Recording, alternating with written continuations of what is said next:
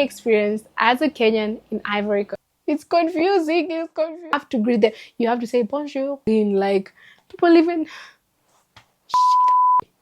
sometimes even our airport there's no power. I need real ones to stay around. Never shut me down. Hello guys, welcome to yet another video. If you're new here, my name is Tagra, and if you are my returning subscriber, thank you for coming back. So today, as per the title, I'm gonna tell you culture shocks that I experienced as a Kenyan in Ivory Coast. Before we begin this video, I just want to say that I'm not here to criticize, diminish, or compare one country to another. I'm just sharing my personal experiences because I know that different countries have different cultures and I appreciate that. Let's get right into the video. So, the first culture shock is the greetings. In Ivory Coast, they appreciate greetings. You know, in Kenya, we often get straight to the point, but in Ivory Coast, before you ask someone anything or do anything, greeting is a sign of respect. So you have to greet them before, And I'm not saying in Kenya we don't do that, but this is the problem. Because first of all, when you greet people, you don't say bonjour only. You don't say bonjour only. If it's a lady, you say bonjour madame. If it's a man, you say bonjour monsieur. And I'm like, what is that? I mean, bonjour is just okay for me. Like, why do I need to say bonjour madame? Of course, I don't have to say the gender. I mean, if you're a lady and I see you, I'm just going to say bonjour and that's it. But if I don't say madame, now it's disrespectful. Also, now this also applies if you're meeting like an older person. Now maybe you have to say bonjour tantin, or if it's a man, bonjour tantine. I don't know. Oh my goodness, I don't know which is feminine and which is masculine there. It's confusing. It's confusing. But also you can say bonjour mama. When you use the public transports, you have to greet them. You have to say bonjour, bonjour madame, bonjour monsieur. Okay. My second point. Now, this one was actually shocking. And I'm not saying it in a bad way. So this is actually the first thing that I realized on my first days when I arrived in Côte d'Ivoire. So vendors who sell street food in Ivory Coast, don't take it the wrong way, but I'm telling you this so that when you go there, you don't be shocked as I was. Because when you buy street foods, the person who's selling it to you, they serve you, they touch them with their hands. It's going to, like, for example, if you buy, I forgot the name of this delicacy, but it's something like hot dog. But now they can put spaghetti inside, they can put livers, they can put onions, something like that. So that person who's selling it to you, he's touching it with his hand, is doing everything with his hand, and eventually he's gonna pack it to you using a nylon paper. Oh, and by the way, that is not a culture shock because Kenya we stopped to use nylon. It's actually banned in Kenya, but in Ivory Coast they still use it. But that is it's not a culture shock. It's we're in different countries, so we ought to expect different things. So them serving food, or those street foods, hands. What? That was shocking to me. That is the western side of Africa, and that is how things are done there. And people seem to be very comfortable with it, because for me at first I was like, why are you touching my food? Why? Can't you use something? Of course, I never up to them, because you obviously have to live according to the way people are living.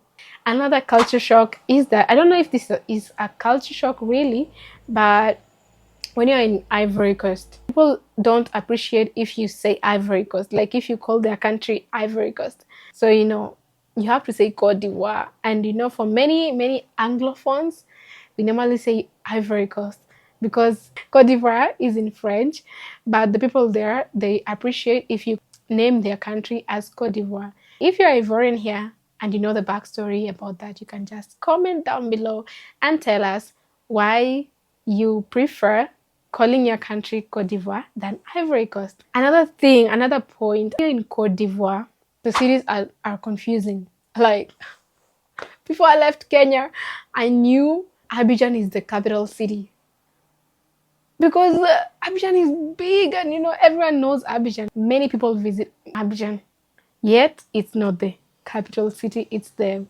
economic capital city. But when you search online, you'll see that Yamoussoukro, it's the capital city of Ivory Coast. Now, electricity. Now, this one I had to talk about it. Kenyans, I had to talk about this. Electricity and water. I was so shocked because electricity in Côte d'Ivoire, it doesn't go. The way you hear in Nigeria, people complain that power goes for like every day. If Nigeria and Côte d'Ivoire is not even far, but Côte d'Ivoire is something that I really truly appreciated about Côte d'Ivoire. I'm confused. Should I say Côte d'Ivoire or Ivory Coast? So, electricity in Ivory Coast, it doesn't go. Like, what do you mean? That is so good. Like, that is a flex. You people in Ivory Coast, you should take that as because if it goes, it doesn't even last. For my stay, 3 months stay, power where I was staying, it went 2 times, I think, or 3 times. And the first day it went was, I think, 3 days after my arrival, and it only took 10 minutes and the power came back. Now the second time also power went. It didn't take more than 2 hours. Concerning power, I really like that because there's enough power like in the whole country. If you're Ivorian and you live in the interiors, you can tell us if that is not the case, because me, I only experienced from my point of view and where I was staying. Yeah. Also water doesn't go frequently. When I was there, it took time before it went, but I think water went 2 times. 2 times. In Kenya, there are some places sometimes power goes in Kenya, and when it goes, sometimes it can come after less 1 hour. Sometimes it can even go a whole day. Obviously, this depends on where you're staying, but sometimes there's blackout almost like the whole of Nairobi or the whole of the country. Like, what do you mean? What do you mean we're experiencing blackout? There were times where even the airport itself, there's no power. That is so shameful. Sometimes even our airport, there's no power. Please, Kenyans, don't come for me. We know I'm saying the truth. I'm saying the truth. Anyway, so water also in Kenya. There are some places where we have enough water, and there are some places where water goes and it lasts, crying for help. Another point that I really, really appreciated about Ivory Coast is clean. Every time, every morning when I was going out or doing my errands or recording videos, you see women cleaning the streets. The roads are clean. You don't see litter. Our government, I'm not gonna say anything about it because you're going to see litter. I'm not talking about those big piles, but I'm just saying, you truly appreciate, you get to see something and you truly appreciate it. I mean, you're buying something in the market. Why do you have to throw a piece of paper like this? You throw it on the road. Why can't you just keep it and go with it at home and just throw it in your bin? So that is the problem. We gotta work on that, our government, because Côte d'Ivoire is clean. Of course, I don't know about other places, but most of the places I've visited, Abidjan, Yamoussoukro, San Pedro, Tabou, so clean. Grand Bassam, so clean. Like, it's maybe if it's not clean, maybe it's the interior sides, but on the roads, it's very clean. Another point, before I went to Côte d'Ivoire, of course, I didn't expect the transport system to be the same as in Kenya, but we are Africans. I just thought maybe some of the things would be like the same, kind of the same. The transport system in Ivory Coast is crazy. The public transport there are Warren, which they call Woro Woro, and then Baka, and then Sotra bus. taxis now and the Yango. Don't get me started on Yango. Don't get me started on Yango. Yango is so freaking expensive. Yango is like Uber. The way in Kenya we have Uber, Bolt, and other transport. Karen, Baka, those are cheaper means of transport, yeah. Different districts have different cars. I mean the colors. So Cocody is yellow, Ajami is green. The color changes depending on the district, and also those Warren. Let's say if it's Cocody is yellow, it doesn't go to another district. It's not allowed to go to. You can't see a yellow taxi in Ajame. Ajame, no, because in Ajame you see it's green, and now these taxis which are green are just going in Ajame. If taxis are yellow, it's just in Cocody. If taxis are white, it's in Grand Bassam. No, it's in Yamoussoukro. So, and for me, that one was kind of confusing at first. But looking on the positive side, it beautifies the countries with the colors, because these colors are not those dull. You see, like in Plateau, the taxis which go there are orange. You can see on the road, you have yellow, orange, green, blue, red. It's so beautiful. Like if you look at the bigger picture, it's colorful. Now, that was so confusing to me. It took me 2 months to know, okay, this is how things are done here. Rider side, they're beautiful if you see them on the road and something like that. We Kenyans are known for matatu culture. So there are matatus in the CBD. The good thing which applies to the people is that you just take one transport and you arrive at your destination. But in Ivory Coast, oh my goodness, there's one time I took five transports just to arrive at my destination, because this one will take you to this point. Now you descend. I'm speaking French. Yeah, of course you expect me to speak French. Now you get off this point, you go to another place, you take another one, it drops you to a certain point. Really tiresome, confusing for a person who doesn't speak French. Another culture shock in Côte d'Ivoire. They put chili in every food. If they prepare acheke, the sauce should have chili. And if it's not cooked inside, you see they cut them. They coupe, kibamba. They put a lot of chili in their foods. A lot. And when I say a lot, it's a lot. For me, it was a lot. If you just eat it, my goodness, give me a break. Just put it at the side, it's okay. Then you can just take your portion. But a lot, every meal was too much for me. Not only are they putting a lot of chili in their foods, but they also mix meat and fish. They mix meat and fish in the same sauce. Now that was shocking to me, because in Kenya, if it's meat, it's meat. If it's fish, it's fish. Just plain the bread culture. They can eat bread for dinner.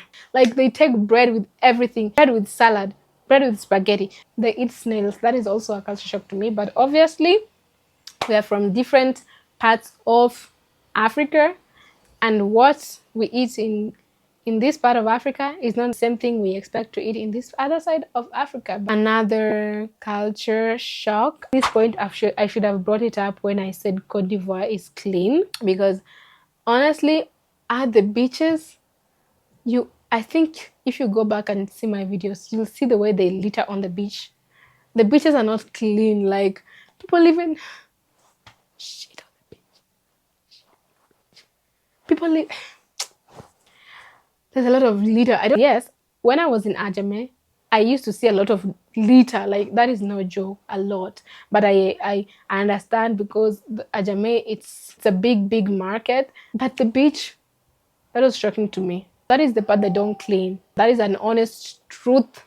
So when you go to Côte d'Ivoire, if you expect to see a beautiful, clean beach, I think you'll have to travel for 7 hours and go to San Pedro. That is the only time you're gonna see a clean beach. Oh, and Taboo also, because I've seen the beach there is clean. But in Abidjan, don't expect to see a clean beach. You won't get to see that. Another culture shock. In Ivory Coast, they only speak French. Like French is their national language, obviously from the name Côte d'Ivoire. You know that it's a francophone country. So when you go there, at least go with the basics of French. If you go with nothing, you're going to suffer. you are going to suffer. Literally, you're going to suffer. At least with the basics so that life gets easier for you. French is everywhere, from the shopping malls, from the supermarkets, from the road signs, everywhere, even to get by, to ask someone maybe directions. As an English speaker, that was my biggest challenge. You need to know French. You need to at least learn the basics or understand or comprehend the basics. Another thing, the voice so developed. And I think if they continue like that, then it's gonna be a country in Africa which is way developed. And I'm not saying that Kenya is underdeveloped. No, Kenya is so developed also. To another point, the mobile money and payments. In Kenya, we use M-Pesa, but in Côte d'Ivoire, they use Wave and Orange Money. And not everyone wants to be paid through mobile money. Some people prefer cash. Never seen someone pay using Wave in Baka, and like in Kenya, you can use M-Pesa. In fact, when you arrive in Kenya, the first thing you should do, you just have to buy a SIM card and use M-Pesa, because in Kenya, we use M-Pesa everywhere. Like each and every person in Kenya has M-Pesa. Pay to buy things everywhere. Now, the last thing which shocked me also concerning the climate. Now, this one, Côte d'Ivoire, it tends to have high humidity, something like that. It is so hot. It is so hot in Ivory Coast. So if you don't have climatisation in your house, and when I say climatisation, it's a fan or an AC, then it is so hard to live without them because it's so hot. Another thing, the music, they normally listen to Zuglu. I don't know if I'm pronouncing well, but if you're Ivorian, you can help me here. They normally listen to Zuglu, Afrobeats. I don't know if they coupé de Calais, I don't know, but French songs. I also got to hear Kenyan songs, and I was like, okay. Another thing, the main food in Côte d'Ivoire is acheke. And also they do have plantain meals like aloko, and of course rice. So as a Kenyan, I never ate skuma in Côte d'Ivoire, neither chapati nor ugali. But yeah, we are in West Africa, and of course I do not expect to see the same kind of meal we eat in Kenya. Of course, there are some meals which are familiar like rice, but their stew were different compared to us, because some of their stews are sauce grain, sauce clair, but sauce clair, it's like we just prepare fish stew and that's it. So we are all Africans and we love each other, and I was so glad to get to experience this in Ivory Coast, and I love my Ivorians. These ones were some of the culture shock that I got to experience in Ivory Coast. These were my experiences. To you, they might be different, but to me, these were some of my experiences, and I hope it helps or it gets to show you the overview of how the western side of Africa is. Don't come for me. Thank you so much for watching. I really appreciate it. Don't forget to give this video a thumbs up, comment, and subscribe. Don't forget to turn on your post notifications so that you can be notified when I post. Until then, have a nice time. I can see the blessings coming our way, yeah, yeah, yeah. Blessings on blessings, yeah.